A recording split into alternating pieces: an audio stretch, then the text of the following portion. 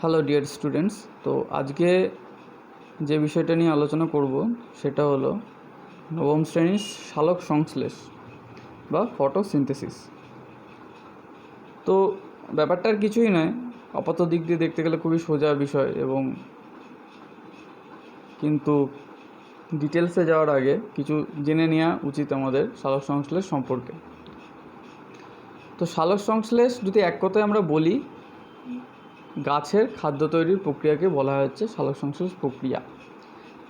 দেখুন, নামের মধ্যেই কিছুটা ইঙ্গিত দেয়া আছে। সালোক সংশ্লেষ, সালোক অর্থাৎ কি আলোর সহিত, সালোক আলোক মানে আলোর সহিত, অর্থাৎ কি এই প্রক্রিয়াটাতে একটা ইম্পর্টেন্ট জিনিস যেটা লাগবে সেটা হচ্ছে আলোর উপস্থিতি। আলোর ডিরেক্ট অথবা ইনডিরেক্ট উপস্থিতিতেই এই প্রক্রিয়াটি ঘটানো সম্ভব হবে, ওই জন্য এটার নাম হচ্ছে সালোক সংশ্লেষ। তো এই যে সালোক সংশ্লেষের ইংলিশ টার্ম যেটা ফটোসিনথেসিস, এই টার্মটা প্রথমে এসেছিল গ্রিক ওয়ার্ড ফটোস, যার অর্থ হচ্ছে আলো, এবং সিনথেসিস, যার অর্থ হচ্ছে সংশ্লেষ, অর্থাৎ আলোর উপস্থিতিতে সংশ্লেষ যে প্রক্রিয়ায় হয় সেইটাকে আমরা বলে থাকি হচ্ছে সালোক সংশ্লেষ। এবং প্রথম তো বাংলা শব্দের উৎপত্তি ঘটেনি, প্রথম যে টার্মটা উঠেছিল সেটা হচ্ছে ফটোসিনথেসিস, অর্থাৎ ফটোস এবং সিনথেসিসের মিলিত হয়ে শব্দটা এসেছিল ফটোসিনথেসিস, এবং এই শব্দের প্রবক্তা করেছিলেন প্রথম বিজ্ঞানী বার্নেস। এবার সালোক সংশ্লেষ কী, কাকে বলে, এটা যদি আমরা জানতে চাই, তো ব্যাপারটা হচ্ছে এরকম যে এটা একটা জৈব রাসায়নিক প্রক্রিয়া। জৈব কেন? জীবদের মধ্যে ঘটে তাই জৈব। রাসায়নিক প্রক্রিয়া কারণ কি বিভিন্ন রাসায়নিক বস্তুর উপস্থিতিতে একটা রাসায়নিক পদার্থ উৎপন্ন হচ্ছে বলে এটাকে জৈব রাসায়নিক প্রক্রিয়া বলা হচ্ছে। এবং শারীরবৃত্তীয়ভাবে ঘটে, অর্থাৎ কি উদ্ভিদের দেহের মধ্যে, শরীরের মধ্যে বিক্রিয়াটি ঘটে থাকে। ওকে, তাহলে এটা কী ধরনের বিক্রিয়া যদি আমরা বলে জানতে চাওয়া হয়, তাহলে আমরা এক্ষেত্রে বলবো যে এটা এক ধরনের জৈব রাসায়নিক শারীরবৃত্তীয় প্রক্রিয়া। ওকে, কী হয় এই প্রক্রিয়াতে? যে জৈব রাসায়নিক শারীরবৃত্তীয় প্রক্রিয়াতে কোথায় হয়? সবুজ উদ্ভিদ হয়। সবুজ উদ্ভিদরা তাদের পাতার মেসোফিল কলা, এবার কি পাতাতে এক ধরনের কলা থাকে যেটা হচ্ছে মেসোফিল কলা। কি থাকে ওই কলায়? কেননা ওই কলার মেসোফিল কলাতে ক্লোরোপ্লাস্ট বলে এক রকমের কোষ থাকে। ওই ক্লোরোপ্লাস্টের গ্রানা এবং স্ট্রোমা দুটো অংশ থাকে। এই দুটো অংশতেই সালোক সংশ্লেষ প্রক্রিয়াটা সংঘটিত হয়ে থাকে, সম্পূর্ণ সালোক সংশ্লেষ প্রক্রিয়াটা সংঘটিত হয়ে থাকে। তাহলে এই মেসোফিল কলার ক্লোরোপ্লাস্টের গ্রানা এবং স্ট্রোমাতে কি থাকে? ক্লোরোফিল বর্তমান থাকে। ওই গ্রানাতে যে ক্লোরোফিল বর্তমান থাকে, ওই ক্লোরোফিলের উপস্থিতিতে সূর্যালোক থেকে যে আলোকরশ্মি আসে তার মধ্যে ফোটন কণা নামে এক রকমের বস্তু থাকে, এবং সেই ফোটন কণার মধ্যে শক্তি সমৃদ্ধ কোয়ান্টাম থাকে।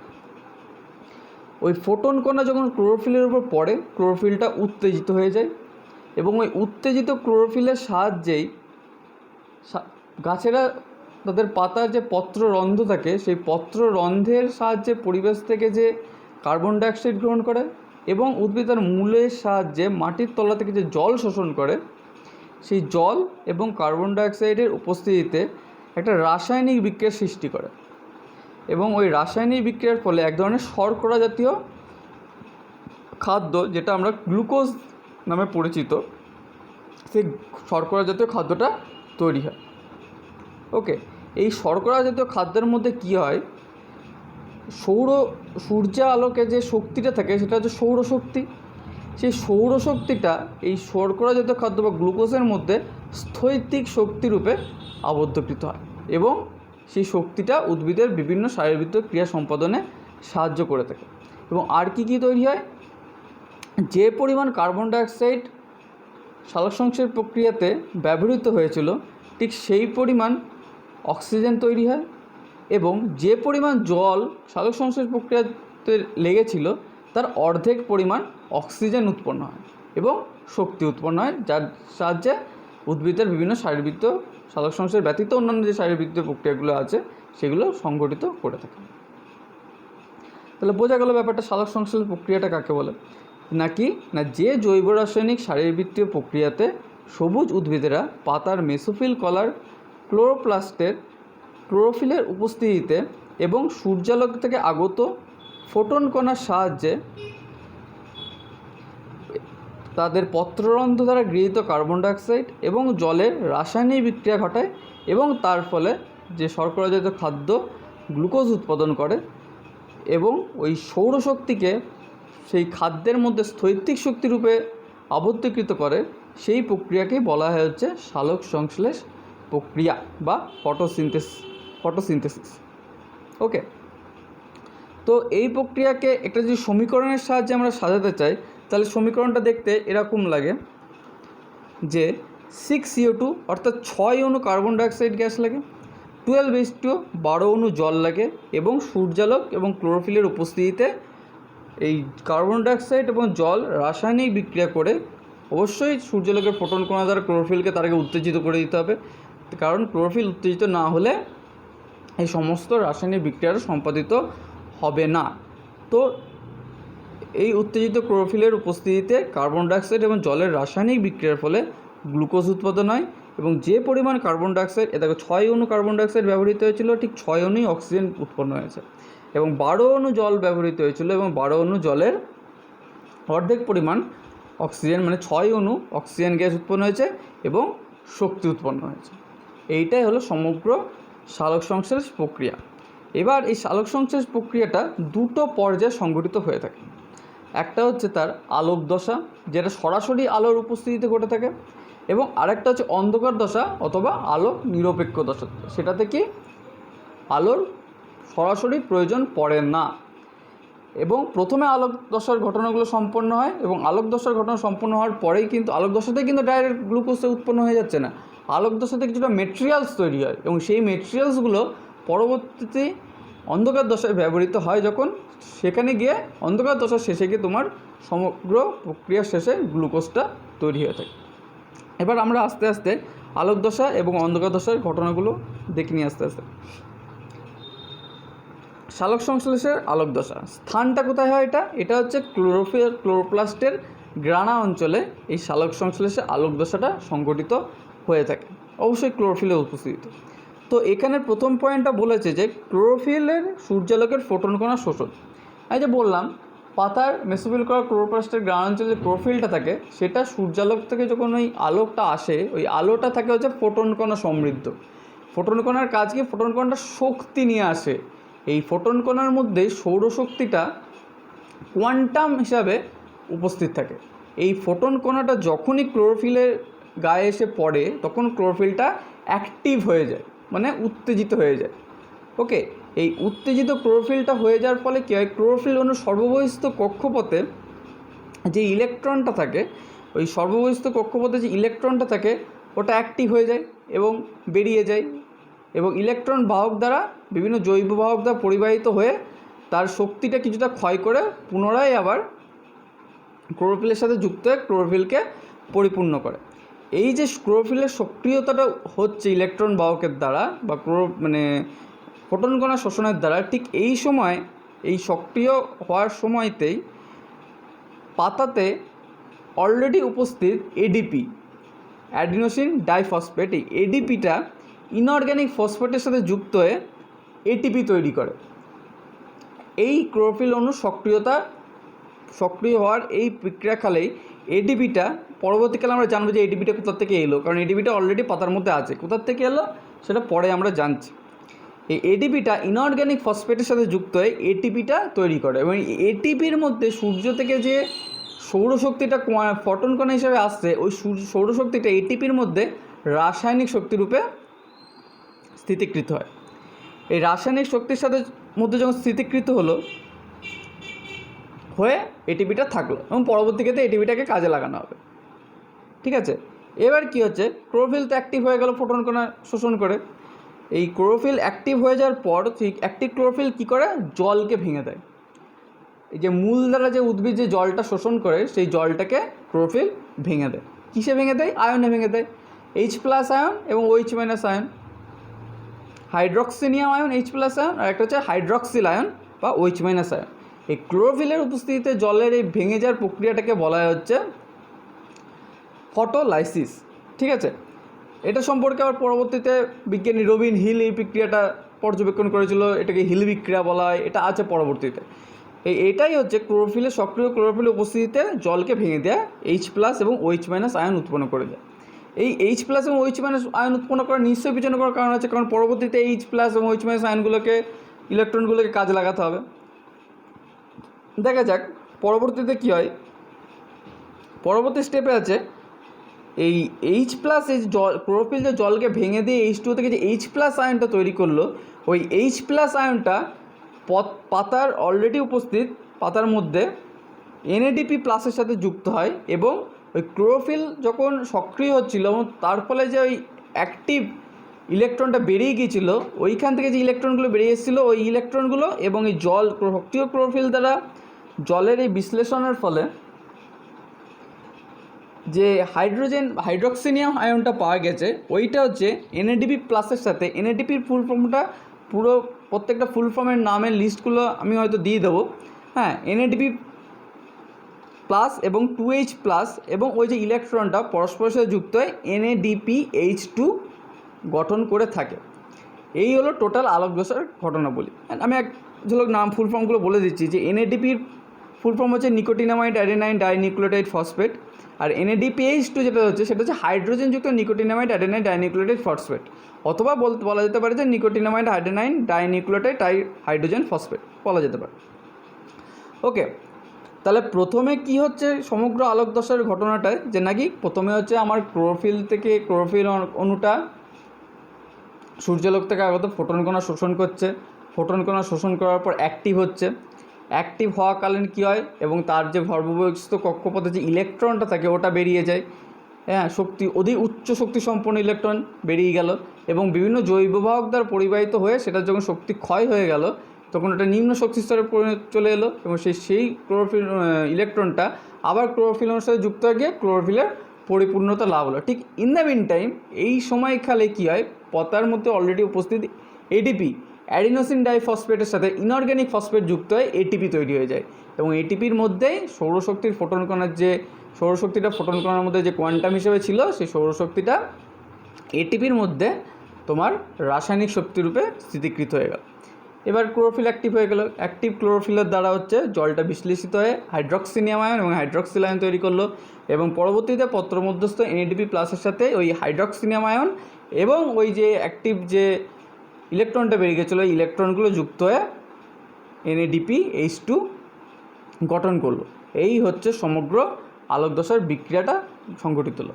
এবার চলে আসছে আলোক দশার সেই বিক্রিয়া NADPH2 অবধি, এটা গেল হচ্ছে আলোক দশার বিক্রিয়া। এবার আসছে অন্ধকার দশার বিক্রিয়া। এই অন্ধকার দশার বিক্রিয়া সালোক সংশ্লেষের দ্বিতীয় দশার বিক্রিয়া। এটা কোথায় হয়? এটা হয় না সালোক সংশ্লেষের স্ট্রোমা অঞ্চলে। এখানে কি হয়, সালোক সংশ্লেষের স্ট্রোমা অঞ্চলে এই ব্যাপার বিক্রিয়াটা হয়। এখানে হচ্ছে ওখানে তাহলে লেগেছিল যে জলটা কাজে লেগেছে, জল আর ক্লোরোফিলটাকে কাজে লাগিয়ে হয়েছিল আলোক দশার বিক্রিয়া। এবার আসছে, এবার যে পত্ররন্ধ্র দ্বারা যে পাতা যে পারিপার্শ্বিক কার্বন ডাইঅক্সাইডটাকে শোষণ করে, ওই কার্বন ডাইঅক্সাইডটা এবার এখানে কাজে লাগছে। কার্বন ডাইঅক্সাইডটা কী করছে, এই পর্যায়ে গৃহীত কার্বন ডাইঅক্সাইড কোষস্থ RUBP রিবিউলাস বিসফসফেট, এটাও পাতার মধ্যে অলরেডি উপস্থিত। এবার আমরা একটু পরেই দেখবো যে কোথা থেকে এই RUBPটা এসেছে। এই গৃহীত CO2 কোষস্থ RUBPর সাথে যুক্ত হয় এবং প্রথম স্থায়ী জৈব যৌগ PGA তৈরি করে, এবং এই PGAটা হচ্ছে 3টে কার্বন পরমাণুযুক্ত হয়ে থাকে জৈব যৌগ, এবং এটা হচ্ছে প্রথম স্থায়ী জৈব যৌগ। সালোক সংশ্লেষ প্রক্রিয়ার উৎপন্ন প্রথম স্থায়ী জৈব যৌগ হচ্ছে 3 কার্বনযুক্ত PGA। ঠিক আছে, তাহলে কি এই যে গৃহীত কার্বন ডাইঅক্সাইডটা কোষস্থ RUBPর সাথে যুক্ত হয়ে 3 কার্বনযুক্ত PGA গঠন করে, এবং এই প্রক্রিয়াটি সাহায্য করে হচ্ছে রুবিস্কো নামে একটা উৎসেচক, এবং এই সমগ্র প্রক্রিয়াটাকে বলা হয় হচ্ছে অঙ্গার আত্তীকরণ। কেন অঙ্গার আত্তীকরণ বলা হয়? কারণ এই যে PGA যে প্রথম স্থায়ী জৈব যৌগ PGA তৈরি হচ্ছে, এর মধ্যে কার্বন ডাইঅক্সাইডের কার্বন পরমাণুগুলো অঙ্গীভূত হচ্ছে বা আবদ্ধীকৃত হচ্ছে। এই জন্য প্রক্রিয়াটাকে বলা হচ্ছে, এবং কার্বনকে আমরা অঙ্গার নামে চিনি, এই জন্য সমগ্র প্রক্রিয়াটাকে বলা হচ্ছে অঙ্গার আত্তীকরণ, এবং PGAটাকে বলা হচ্ছে 3 কার্বন বিশিষ্ট প্রথম স্থায়ী জৈব যৌগ। বোঝা গেল? তাহলে প্রথম সালোক সংশ্লেষের অন্ধকার দশার প্রথম প্রক্রিয়াটা, এখানে 6 অণু কার্বন ডাইঅক্সাইড 6 অণু কোষস্থ আরইউবিপির সাথে বা রিবিউলোজ বিসফসফেটের সাথে যুক্ত হয়ে রুবিস্কো উৎসেচকের উপস্থিতিতে 12 অণু পিজিএ ফসফোগ্লিসারিক অ্যাসিড তোমার তৈরি করে দিল। হয়ে গেল। এবার পরবর্তী দেখা যাক, এবার যে 12 অণু ফসফোগ্লিসারিক অ্যাসিড তৈরি হলো ওটা কি হচ্ছে, এইবার যে এটিপি তৈরি হয়েছিল আলোক দশায়, জিনিসগুলো সমস্তই পরপর মধ্যে কাজে লেগে যাচ্ছে। আলোক দশায় এটিপি তৈরি হয়েছিল, তাই তো? ওই যে যখন ক্লোরোফিল সক্রিয়তা লাভ করছিল তখন একটা এটিপি তৈরি হয়েছিল। ওই এবার এই 12 অণু পিজিএ ওই এটিপির সাথে যুক্ত হয়ে 12 অণু ডিপিজিএ এবং 12 অণু এডিপি তৈরি করলো। তাহলে কী হলো, 12 অণু পিজিএর সাথে, অর্থাৎ প্রথম স্থায়ী জৈব যৌগ 12 অণু পিজিএর সাথে ওই উৎপন্ন আলোক দশায় উৎপন্ন এটিপি 12 অণু এটিপি যুক্ত হয়ে 12 অণু ডিপিজিএ বা ডাইফসফোগ্লিসারিক অ্যাসিড এবং 12 অণু এডিপি তৈরি হলো। এই 12 অণু যে ডিপিজিএ সেটা তো অন্ধকার দশায় কাজে লেগে যাচ্ছে, কিন্তু এই যে 12 অণু এটিপিটা, এই 12 অণু এটিপি কী হবে, আবার আলোক দশাতে গিয়ে ওই ইনঅর্গানিক ফসফেটের সাথে যুক্ত হয়ে এটিপি তৈরি করতে সাহায্য হয়। তাহলে তখন বলেছিলেন যে একটা প্রশস্ত এটিপি সাথে ইনঅর্গানিক ফসফেটটা, সেই এটিপিটা হচ্ছে এইখানে এটিপিটা তৈরি, যে এটিপিটা তৈরি হয় সেই এটিপিটা ওই আলোক দশার এটিপি এবং ওই এই এটিপির সাথে ইনঅর্গানিক ফসফেট যুক্ত হয়ে তোমার এটিপি তৈরি হয় আলোক দশা। তাহলে সেকেন্ড স্টেপটাও গেল যে 12 অণু ফসফোগ্লিসারিক অ্যাসিডের সাথে 12 অণু অ্যাডিনোসিন ট্রাইফসফেট যুক্ত হয়ে 12 অণু ডিপিজিএ এবং 12 অণু এটিপি তৈরি হল। পরের স্টেপে এই 12 অণু ডিপিজিএ এটাও একটা কার্বন যৌগ, কারণ কি এই পিজিএটার সাথেই তো পিজিএটা তো ডিপিজিএ তৈরি করতে সাহায্য করেছে, এটাও একটা কার্বন যৌগ। এই ডিপিজিএ কি হয়, আলোক দশাতে যে NADPH2 তৈরি হয়েছিল ওর দ্বারা বিজারিত হয়ে পিজিএএলডি ফসফোগ্লিসারিক অ্যাসিড পিজিএএলডি তৈরি করে, 12 অণু পিজিএএলডি তৈরি করে। তাহলে এই ডিপিজিএ আলোক দশায় যে তোমার NADPH2 তৈরি হয়েছিল ওটা দ্বারা বিজারিত হলো এবং ফসফোগ্লিসারালডিহাইড 12 অণু ফসফোগ্লিসারালডিহাইড তৈরি করলো। এবং এই ইন দ্য মিন টাইম ওই যে NADPHটা তৈরি হয়েছিল ওই NADPHটা জারিত হয়ে NADPতে কনভার্ট হয়ে গেল এবং এই NADPটা পুনরায় আলোক দশাতে ব্যবহৃত হবে NADPH2 তৈরির জন্য। তার মানে সমস্ত কিছু কি একটার সাথে একটা লিঙ্ক হয়ে আছে। এটা গেল থার্ড স্টেজ। তাহলে বোঝা গেল থার্ড স্টেজে কী হলো না, ডিপিজিএটা বিজারিত হলো কার উপস্থিতিতে না NADPH2 উপস্থিতিতে বিজারিত কী তৈরি হলো, 12 অণু ফসফোগ্লিসারালডিহাইড PGALD এবং ইন দ্য মিন টাইম ওই NADPH2টা জারিত হয়ে কী তৈরি করলো, NADP তৈরি করলো। এবার যে 12 অণু পিজিএলটি তৈরি হলো, এই 12 অণু পিজিএলটি এবার দুটো ভাগে ভেঙে যাবে, একটা হবে 10 অণু পিজিএলটি নেবে আর একটা ভাগ নেবে 2 অণু পিজিএলটি। এই 10 অণু পিজিএলডিটা কী করবে, ওটা কিছু অন্তর্বর্তী জৈব যৌগ গঠন করা শুরু করবে। কী করবে, প্রথমে 6 অণু RUMP রিবিউলোজ মোনোফসফেট তৈরি করবে এবং ওই 6 অণু RUMP আবার কি 6 অণু রিবিউলোজ বিসফসফেট তৈরি করবে এবং এই 6 RUMP থেকে 6 RUBP তৈরি করতে একটা উৎসেচক সাহায্য করে, সেটা হচ্ছে নাম হচ্ছে ফসফোপেন্টোকাইনেজ। উৎসেচকটা এখানে উল্লেখ করিনি, আমি ভুলে গেছি হয়তো, কিন্তু একটা উৎসেচক ব্যবহৃত হয় এখানে, ওই জন্য উৎসেচক নাম হচ্ছে ফসফোপেন্টোকাইনেজ। এই উৎসেচকটা 6 RUMP থেকে 6 RUBP তৈরি করতে সাহায্য করে এবং এই 6 RUBPটা কী করবে, পুনরায় আবার অঙ্গারাত্মীকরণে সাহায্য করে। মানে কি এই 6 RUBPটা গিয়ে তোমার 6CO2 সাথে যুক্ত হবে এবং যুক্ত হয়ে প্রথম স্থায়ী 3 কার্বন বিশিষ্ট জৈব যৌগ গঠন করবে। বোঝা গেল? তাহলে 12 অণু পিজিএলডির মধ্যে 10 অণু পিজিএলডির কাজ আমার শেষ হয়ে গেল। পড়ে থাকলো হাতে কত, 2 অণু পিজিএলডি। এই 2 অণু পিজিএলডি থেকেই আমরা অবশেষে গিয়ে গ্লুকোজটা পাবো। ডাইরেক্ট 2 অণু পিজিএলডি রাসায়নিক বিক্রিয়ার মাধ্যমে গ্লুকোজ অণু তৈরি করবে। তো এই গেল সমস্ত সালোক সংশ্লেষের প্রক্রিয়াটা আলোক দশা এবং অন্ধকার দশায়। ঠিক আছে, এবার কিছু ফুল ফর্মস আছে, সেই ফুল ফর্মসগুলো একটু এখানে যেগুলো উল্লেখ করেছি ফুল ফর্মসগুলো একটু মুখস্থ করে নিতে হবে। যেমন NADP ফুল ফর্ম হচ্ছে nicotinamide adenine dinucleotide phosphate. NADPH বিজারিত nicotinamide adenine dinucleotide phosphate. ADP adenosine diphosphate. ATP adenosine diphosphate. PI inorganic phosphate. RUBP হচ্ছে ribulose bisphosphate. PGA phosphoglyceric acid, PGALD phosphoglyceraldehyde, RUMP ribulose monophosphate, এই সব নামগুলো মুখস্থ করতে হবে। এবং সালোক নামগুলো মুখস্থ না করলে কী হবে না, যখন প্রত্যেকটা বিক্রিয়া হবে ওই বিক্রিয়ার কোনটাতে কী ব্যবহার হচ্ছে তখন আমরা সেটা বুঝতে পারবো না।